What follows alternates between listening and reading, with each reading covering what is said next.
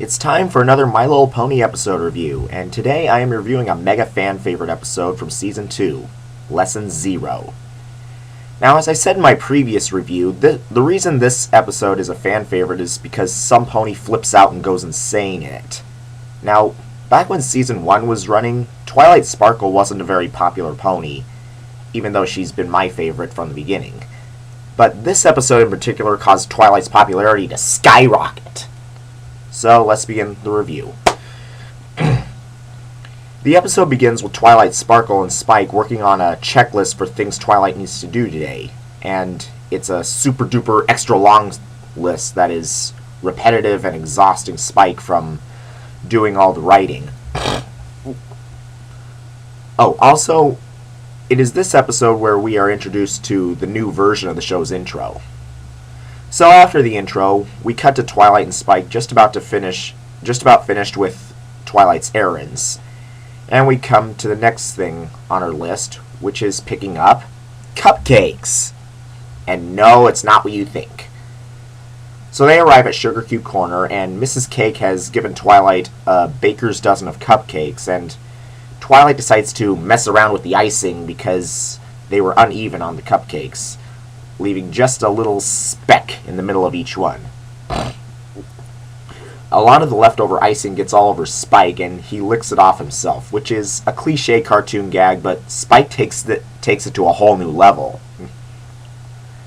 Twilight finds it gross, yet she still has the heart to let Spike ride on her back. What a sweetie she is. So they return home, and Spike is relieved that they don't have to write a letter to Princess Celestia, and this causes Twilight to get all crazy and paranoid. Spike tries to tell Twilight it's not a big deal, but Twilight is fearing that the princess will think she's not taking her studies seriously, and if she misses her weekly deadline for sending a letter about a lesson she learned about friendship, she'll get sent back to Magic Kindergarten. Spike doesn't believe that will happen, but Twilight doesn't want to take a chance. So she asks Spike if he needs any help, but he has nothing. Now, seriously, I think all this drama that happens in this episode would have been avoided if Spike just made up something and Twilight helped him. That would have been a lot more interesting. So Twilight goes out into Ponyville, and she hears Rarity screaming. She's upset because she lost her ribbon. I think now will be the time to point out that throughout the episode, there's this recurring theme of Twilight making a creepy pedophile smile that everyone loves so much. So Twilight decides to help Rarity, but Rarity finds the ribbon. Twilight disappointingly walks away. Later, Twilight comes across Rainbow Dash maliciously destroying Applejack's old barn. Twilight assumes Rainbow Dash is mad at Applejack, and right away I knew she wasn't. What is really going on is Dash is tearing down an old barn so that AJ could put up a new one. Now, Rainbow Dash has a name where her shortened name has been debatable. I heard some people call her Rainbow, I've heard some people call her Dash, but this is the only episode in the series where I've heard someone address her as RD. So Twilight then goes to Fluttershy's cottage thinking that she's always in need of help, but only to discover that she's being a badass and taking down a grizzly bear. But what she doesn't know is that Fluttershy is giving the bear a massage. So, not even bothering to check on Pinkie Pie, Twilight goes off to be alone, and she decides to rip off Lord of the Rings by doing the multiple personality talk with herself. Spike convinces Twilight to just relax and go to the picnic. We then cut to the picnic, and that little opening bit with Pinkie Pie and the balloons in the basket. Really? Was that necessary? Stuff like that should be shown in the show's intro, not the show itself. Twilight arrives and rants to her friends about her troubles, but they're not taking her seriously. So Twilight goes away. Oh, there's also a second running gag in this episode, which is Rarity's little dramatic speech about the worst possible thing! So this is about the time where Twilight reaches her maximum level of insanity and decides if she can't find a friendship problem, she'll make one.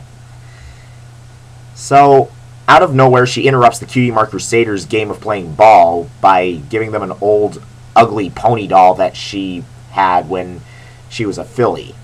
But the Cutie Mark Crusaders don't really want it. This also starts up running gag number 3 in this episode. Sweetie Belle saying, "I really like her mane."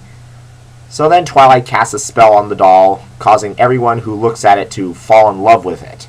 The Cutie Mark Crusaders get into a fight over wanting it, and Twilight is unfortunately unable to break up the fight. Instead, all the other ponies in Ponyville start chasing after the doll with their goo-goo eyes, and oh my god, Bonbon just spoke. The other main 6 decide to investigate what all the commotion is, and thankfully none of them get hypnotized by the doll. But Rainbow Dash almost does. Twilight... this is about the time the sun has set, causing Twilight to miss her deadline, and then Princess Celestia appears right on cue and undoes the spell that Twilight casts. Remind anyone of the Sorcerer's Apprentice? So Princess Celestia takes Twilight back to the library for a little talk, and Twilight tells her friends that she's going away to Camelot, who go back to Magic Kindergarten. And her friends are upset that they'll never get to see Twilight again. But we will find out that that's not going to happen. Until Magical Mystery Cure.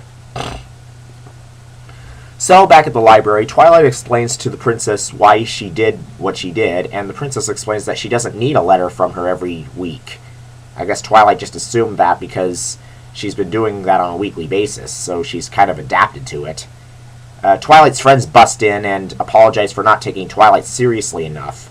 The princess sees that every pony has learned a lesson today, so she decides to forget Twilight's punishment if the ponies will all send her reports on the magic of friendship, only when they discover them.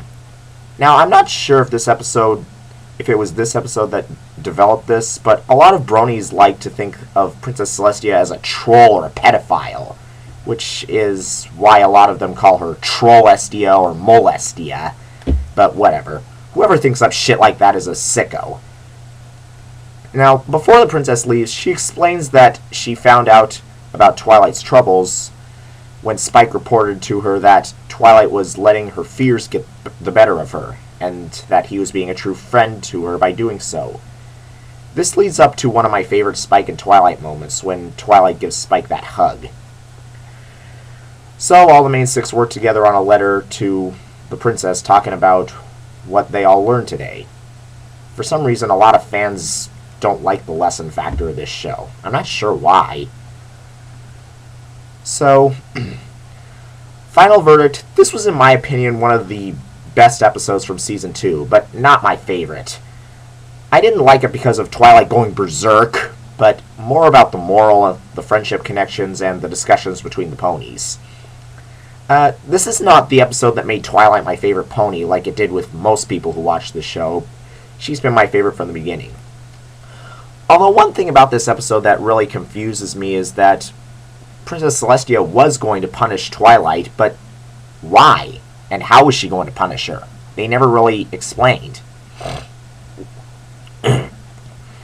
Now, I have noticed that as the series progressed, the main 6 have had some changes in popularity.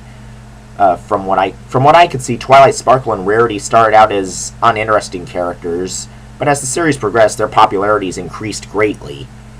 Applejack and Rainbow Dash started out as the fan favorites back in 2011 when Season 1 was still in production, but since Season 2 started up, their popularities decreased a lot. Pinkie Pie and Fluttershy have pretty much remained consistent in terms of popularity since the show began. I think it's kind of interesting how I categorize those ponies in that way. I said back in my Keep Calm and Flutter On review that I had a Powerpuff analogy for the main ponies, but I never stated it, so per request of Champion Cynthia, here's my analogy. If you were to take the main 6 and combine them to make them into 3, you'd pretty much get the Powerpuff Girls. If you think about it, Twilight, Sparkle, and Rarity combined would make Blossom, Fluttershy and Pinkie Pie combined would make Bubbles, and Applejack and Rainbow Dash combined would make Buttercup. If you don't get it and would like a little more in-depth about my analogy, just let me know and I'll explain it in a future review. Now, before I sign off, I've got an announcement to make. I heard not too long ago that Hasbro has been trying to get all the My Little Pony Friendship is Magic episodes off of YouTube. I just know all the bronies will have a field day if this was true. This has me a bit upset because not only does this mean no more episodes on YouTube, but it also means no more clips or songs or parody videos like YouTube poops. Well, to all of you who are upset over this, I kind of feel your pain, but you've got some alternatives if you want to watch the episodes again. 1. Watch them on the hub. I know most people don't get the hub, and that's probably why people are uploading them onto YouTube. 2. All the episodes are on Netflix. 3. All the episodes are on iTunes. And 4. I did hear that Season 1 of the show is available on DVD, but I couldn't find it in stores anywhere. So that concludes my rather excessively long video. I just recently got a request to review Just for Sidekicks, so that will be my next review. But I'm also going to review games ponies play along with it, since the two stories are tied together in some way. So next week, be prepared for a double review. Powerpuff 97 away.